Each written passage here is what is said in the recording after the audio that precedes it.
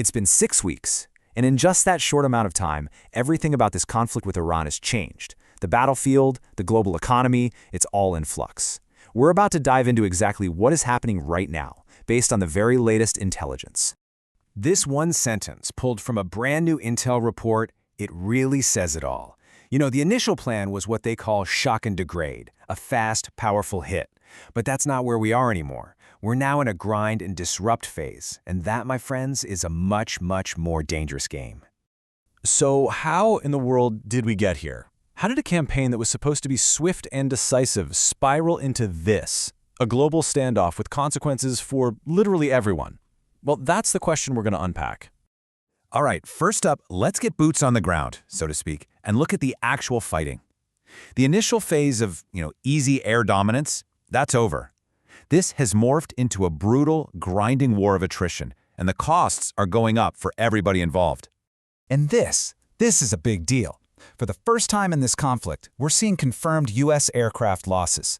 This tells us something absolutely critical.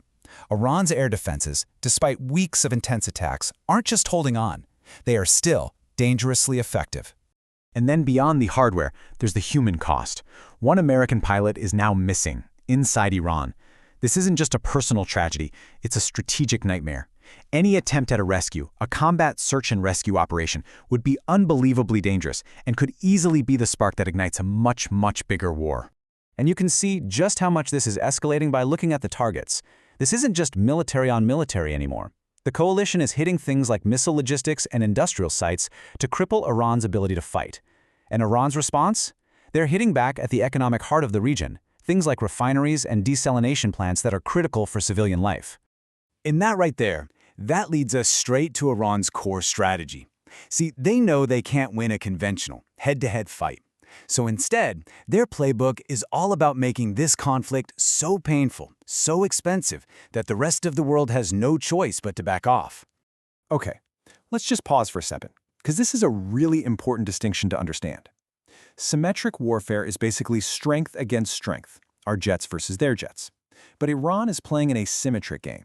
They're using indirect methods, like causing economic chaos, to hit their opponents where they're most vulnerable.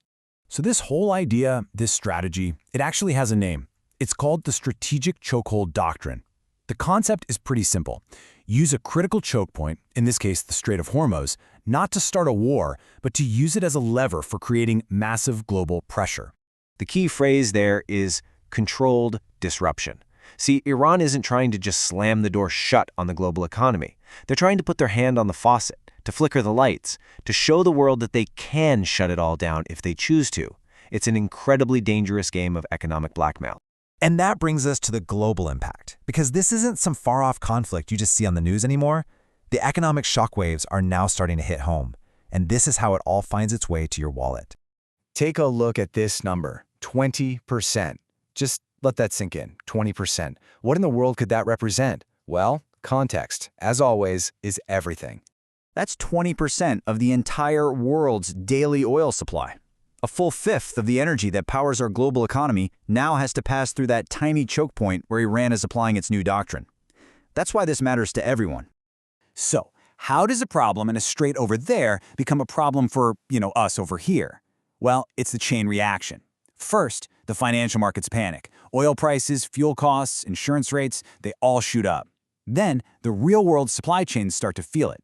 Europe and Asia are already seeing shortages. But now we're hitting step 3, the real economy. We're talking actual physical shortages of things we rely on, like fertilizer for our food and helium for our tech. This is moving from a headline to a real-life problem. Okay, so all of that brings us to right now, the next 72 hours. Intelligence agencies are basically holding their breath, watching 3 specific flashpoints that could change the entire direction of this war in an instant.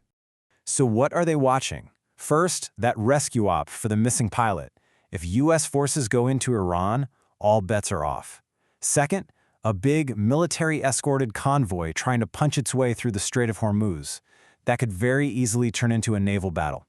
And the third, and honestly, maybe the scariest one, a major Iranian strike on a huge oil facility like Abqaiq in Saudi Arabia. Any one of these could be the match that lights the whole region on fire. So what are the actual odds here? While analysts believe the most likely outcome, at 45%, is this tense, controlled stalemate continuing. But look at that next number, 35%. There is a greater than 1 in 3 chance of a major escalation event in just the next week or so. Those are terrifyingly high odds when you consider the stakes. And that's where we are. A pilot's life hangs in the balance, the world's energy supply is being held hostage, and multiple triggers for a wider war are on a hair trigger. The line between this controlled conflict and a truly catastrophic regional war has never, ever been thinner.